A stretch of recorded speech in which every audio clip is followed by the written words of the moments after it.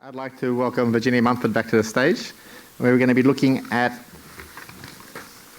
assessing the economic value of medication safety interventions. So I'm going to slightly change pace. I'm also going to swap hats from a clinician to a health economist and talk here about the impact on parents and patients when there's medication errors. Partly this was driven by the need to try and assess the economic impact of implementing the system within the Sydney Children's Hospital network, but also making sure that we don't forget why we're doing this and what it means for parents and their children when their children are in hospital. So the first thing I want to look at is discussing the measuring the impact of paediatric admissions on the wider family network, which is a study we did a couple of years ago as part of this broader study, and then looking at the how parents prioritise care preferences during their child's stay in hospital, and then how we tie this all together with the results of the study in terms of trying to work out an overall economic impact. We're still work in progress, that one. So in the first study we did was looking at the impact of admission on the wider family network. Now, why is it important? Well, parents obviously are highly involved in the care of their children during hospital admissions. But there have been actually very few studies looking at the impact on out-of-pocket costs. Most of these studies have been done within an oncology setting, and a lot of the costs involved are medical costs in other countries where parents do have to actually pay for the medical treatment rather than not as lucky as we are in Australia. So it doesn't actually. These completely outweigh the other incidental costs, and what we want to measure was the incidental costs for parents. So cost-effectiveness studies often just look at the health system costs, and they don't include these costs incurred by families. So we, thanks very much yet again to Westmead Hospital, where we did this study, Children's Westmead. We sent teams of researchers in on 2 separate days, and we surveyed 225 parents who were the child currently in hospital at the time. And our primary outcomes were trying to measure, firstly, the time taken off work to care for that children in hospital, the time taken off work and contributed by family and friends to look after their other children or other dependents while their child was in hospital, and then the incidental costs in terms of travel, meals, accommodation, bribery during the child's stay. We also included quite a lot of demographic data to try and help understand that, especially in terms of where these parents were travelling from to get to a tertiary centre like Children's Westmead. And this study was published in 2018. So what did we actually find? Well, the results were quite alarming, and we've presented them here on a per patient day, and also as an annual cost just for the parents at Children's Westmead over a year. The travel and other costs were about $125 a day, and remember, a lot of these patients were coming from quite a long distance to get to such a specialised tertiary centre. Productivity costs for the days off work were about $308 a day, and the productivity costs for other types of care, informal care, were about $155. So, oops, it's a $4, not a dollar, apologies for that. The total non-medical out-of-pocket costs were about $589, just under $600 a day per patient. And this is quite a sizable sum. If we look at this from all the admissions on per patient days at Children's Westmead during that year, it comes to about $48 million. So this is a huge impact on families in terms of having their children in hospital. And so all we can do is just try and keep them out of hospital as much as possible, or treated closer to home. Now, the next study I want to look at, very much on the similar lines, was really... oh my God, have I pressed something terrible?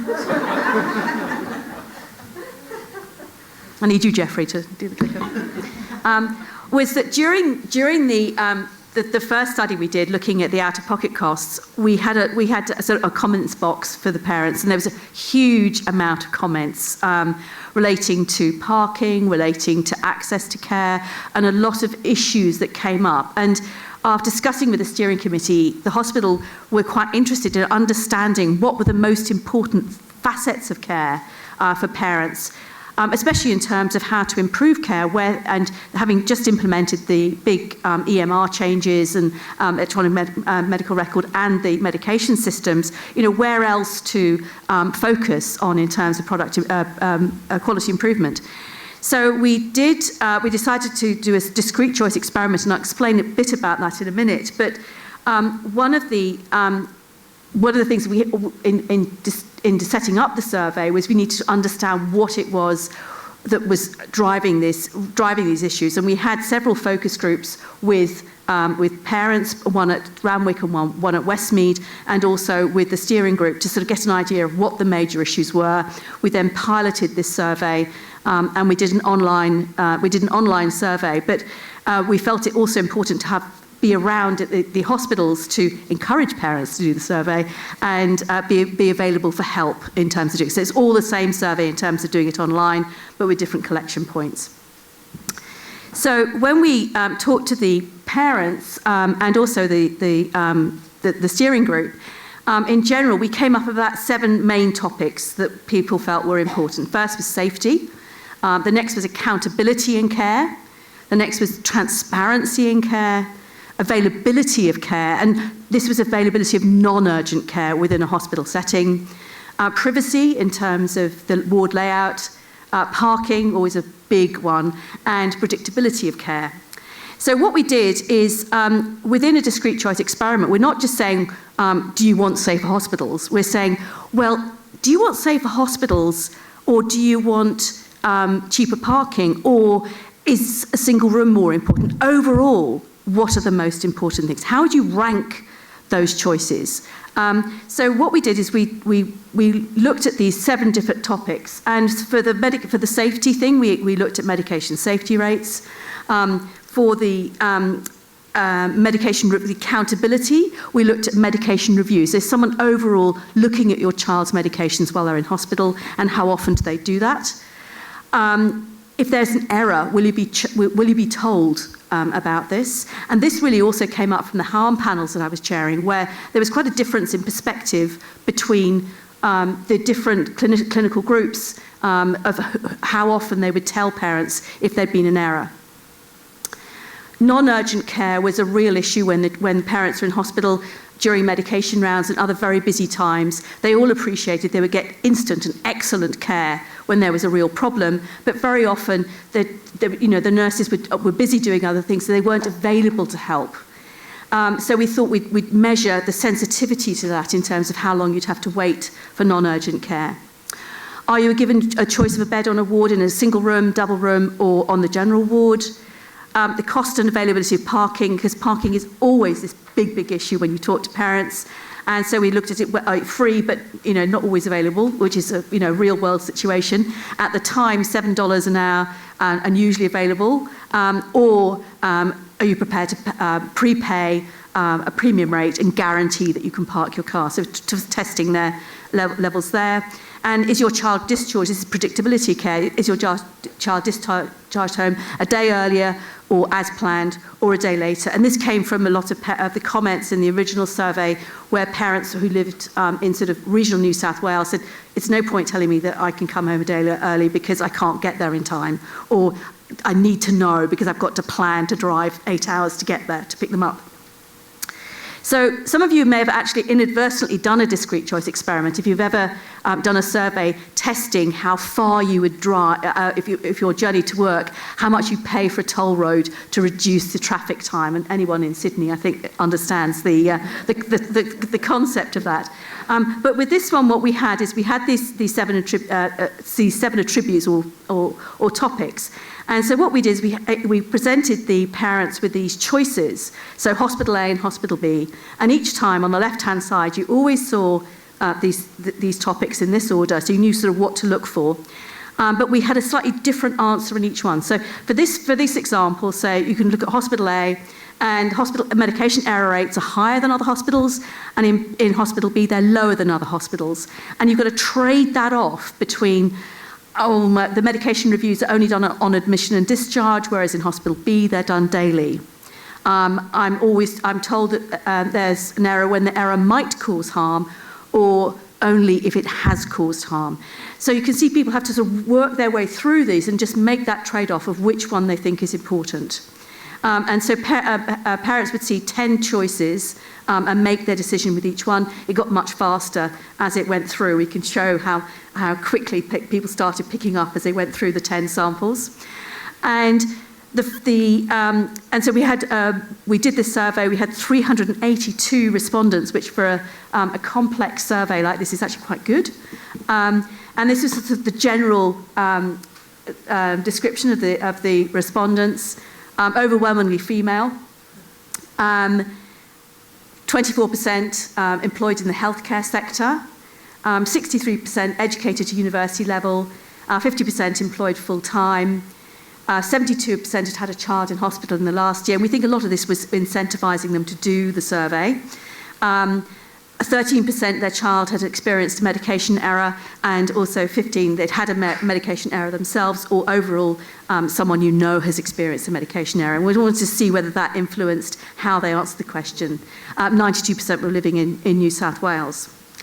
Now, when we finished the survey at the end of July, so it's been rather a rush in research terms to get the data scrubbed and ready for today, but we were fairly surprised by the results. And given all the feedback we'd had in the focus groups, we thought parking would be the big issue, but it's not.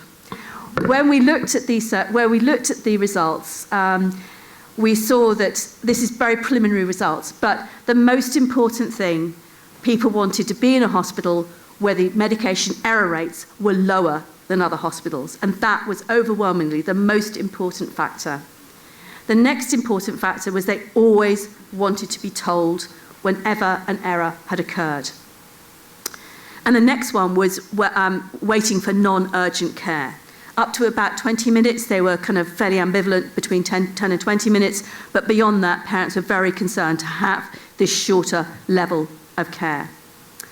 The frequency of medication reviews, all these became less important, although it was slightly less important, but having a daily review, and these are for complex cases where medications are changing frequently. The ward layout, single beds were more important, and length of stay, people wanted to be discharged a day early. And, although we've been sort of primed by a lot of parents saying, well, we've got to come from far away to pick up our child, if you think about the results of the previous survey, it costs $600 a day to have your child in hospital, you can understand why they perhaps want their child out a day early. And the parking options, I think people were just so conflicted. Some people just can't afford the premium rates, and especially for the length of time that they have to be in hospital, and so they'll just take their chances to have free parking. And I think if you just ask the question, do you want free parking, everyone would say yes. But this is, do you want free parking relative to these other things? And so this has been a really, as I say, when I hit the button and sort of did the first analysis, it was, we just didn't know what we'd expect. And this was quite interesting finding. Now, there are also quite a few other issues that we didn't include, and I want to, the parents spent a lot of time talking to me about these, and I just wanted to highlight some of them. One of them was information, and going back to the Queensland system where all your medications are available, where it seems to me whatever hospital you're in at all times. Now, this is something that the parents were absolutely focused on in trying to get done, because they were saying, especially if they're from out of town, they need access. Their hospitals and their local health service needed access to whatever had been done while they were in Westmead. Comments should be added to the notes immediately, and I'm sure this is much, much better now with electronic medication records. Alerts and critical issues need to be flagged every time you open a system. You need to know someone's nil by mouth. You need to know something about allergies and so on. Easy access to more details. Hospital pharmacists, come on down. They want to meet with you and understand their child's drugs and understand the DDIs and common side effects of drugs. Consistency of care was important, and really important to keep to be on a ward where the staff knew your child, or at least knew how to treat their especially rare disease. Support was important, and several parents talked about having a volunteer parent as a sort of elder on the ward to answer basic questions. It's a terrifying thing when your child's in hospital, and you just don't know where to start asking questions. So having access to support groups, it was very important. One of the things that didn't quite make the list was the parent involved in our DCE study, was the parent involvement. And this was for parents, especially those with children with complex needs or complex diseases, and they felt they should have a bit more choice about how much involvement they had in their child's care when they were admitted to hospital. They're quite used to dealing with the drugs and the diseases at home, but when they were brought into an acute care situation and the drugs were all changed, they felt very unsure about being the usual administrator of those drugs. So bringing this all together is going to be an interesting exercise in terms of just understanding the complexity of introducing this type of system, the EMM system. What does it mean for the hospital system, which is very important, but as important, what does it mean for parents? So we've already done an activity-based costing analysis to look at the cost of doing the implementation. This was a massive effort. All of you who are on the panel know what it's like to do a big system change in a hospital. We're going to add, obviously, the cost of the MM system into that, and then look at the cost impact of the change in medications from introducing the EMM, and sort of try and come up with some form of cost effectiveness analysis or cost benefit analysis to look at this. And this will include healthcare costs, obviously, information from the panels that we ran, and the use of sort of there's other sort of systems out there where we can look at in the sort of adverse events system of non-prescribing error adverse events, where we can look at quality of life changes, and also include the family out-of-pocket costs for changes in length of stay. And so we'll hopefully put this all together and come up with one lovely answer at the end. But any questions for this?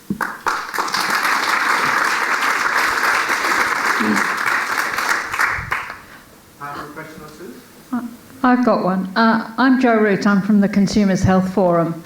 And I guess my question is about your sample there. You had 63, a very high percentage of people who had university education as your parents, much higher than the average.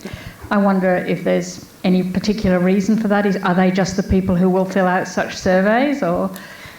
I think it's partly that. What we're trying to do now is really understand for the people who did the full survey versus the people who gave up and didn't manage to do the whole survey. I just in the interest of time in the initial analysis, I just took the 382 who completed the full survey. And some people just opened it and didn't even start. And so we got, I don't know, maybe just found it too difficult, ran out of time. These are mainly parents with a child who'd been in hospital in the last year. So, I'm sure that they're time poor as parents, and having a child recently ill, it makes you even more time poor. So, I think that may have been something to do with it. Yeah, and following on from that, did you see a difference between people who, depending on where people are on their illness journey, like is the child newly diagnosed, have they been in many times, anything like that? We've seen a difference in patient activation, to use that term, which I hate, but we'll use it, about people, where they are on their journey determines how involved they want to be in their childcare, in their healthcare. Did you see anything about where they are? Is it their second admission? Is it a new disease? Yes, we did. We didn't actually include that in this survey, and we were trying to reduce the questions we were asking, just because this is quite a cognitively complex survey to answer. So we were trying just to understand what their preferences were for care, and I think going forward, it would be nice to perhaps answer some of those other topics that came up in terms of, how much responsibility parents should take in hospital, and the information questions as well. But no, those are absolutely great questions, but we didn't. I just felt we couldn't go into them in this particular survey. So it looks like you have quite a big research topic ahead of you, Virginia, to keep focus on.